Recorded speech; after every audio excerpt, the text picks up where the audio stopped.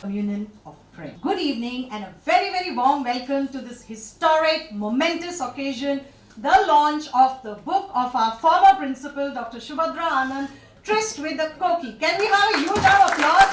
Come on guys, you can do better than that.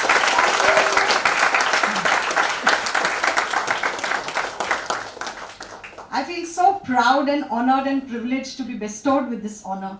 I'd like to begin today's evening with a beautiful story of our spiritual guru, Dada J.P. Vaswani. And it's a wonderful story which applies to all of us. A king had 4 wives. He came to know that he was going to die and his end time is coming. And he wanted to know which of his 4 wives is going to come with him in the journey after. So he went to his 4th and his youngest wife, whom he would adorn with jewelry, he would dress her up, he would put her, he would get the best of clothes for her, and he asked her, "Will you come with me in the journey after?" And she said, "No, the minute you die, I will leave." He then went to his 3rd wife. The 3rd wife was the one that he would flaunt to all the other kingdoms. He would go everywhere with her and he would show her off, and he was so proud. And he asked her, "Will you come with me in the life after?"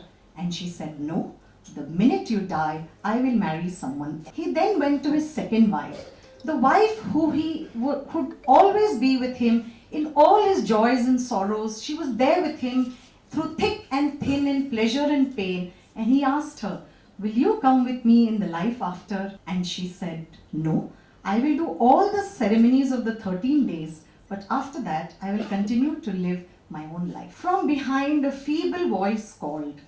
It was his 1st wife, the wife that he had no time for. He never had any time for, he paid no attention to her. She called from behind and said, "I will be there with you, not only in this life, but also with you in the journey after." And that, ladies and gentlemen, is the story of our life. We all have 4 wives. The 4th wife is our material possessions. We spend so much time accumulating our house, our car, our phone, all the material possessions.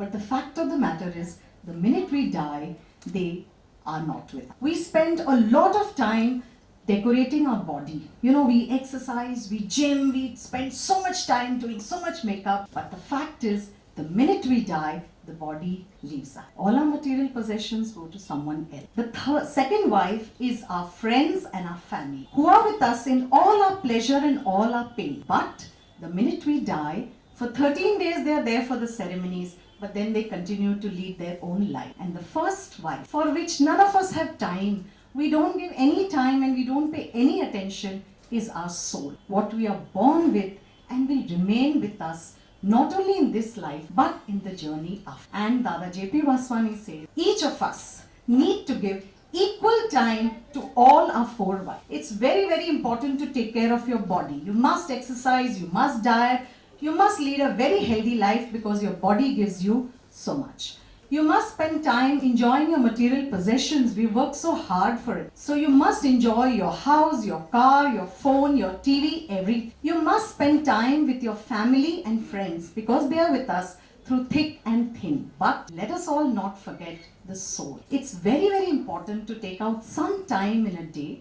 The form may be different. It could be reading a good book, it could be meditation, it could be going to a temple, satsang, church, mosque. But it's very important to spend a little time with your soul, because that's what remains with us, not only in this life, but also in the journey. So it's my absolute honor and privilege to welcome each and every one of you for this very, very grand historic occasion. I can't even believe that I'm standing here. Thanks to Mrs. Anand. It's such a big galaxy of stars. I don't know whom to thank and whom to welcome. So I'll just go by my order. I'd like to begin by welcoming past president and trustee, person who's very passionate about Sindhiyat, about philanthropy and education, Shri Kishu Mansukhani. A huge round of applause for him.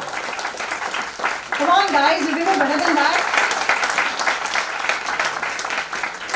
There are many in the world who write history. There's one man who writes geography, changing the skyline of Mumbai from running marathons to attending board meetings to doing the yoga, starting a university. He's done it all. The man who wears all the very hats, Dr. Niranjan Hiranandani.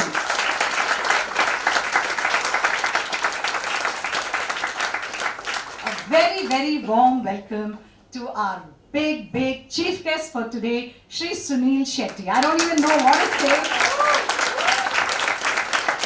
I have to make this confession that when I was in college, your movie Gopi Kishan had released and I must have seen it, I don't know, innumerable times. I had a big scrapbook and I had collected all your pictures, Dhadkans, Gopi Kishans, and I can't believe that life has come full circle. And here I am standing as a principal and welcoming my school and college crush here. It's such a...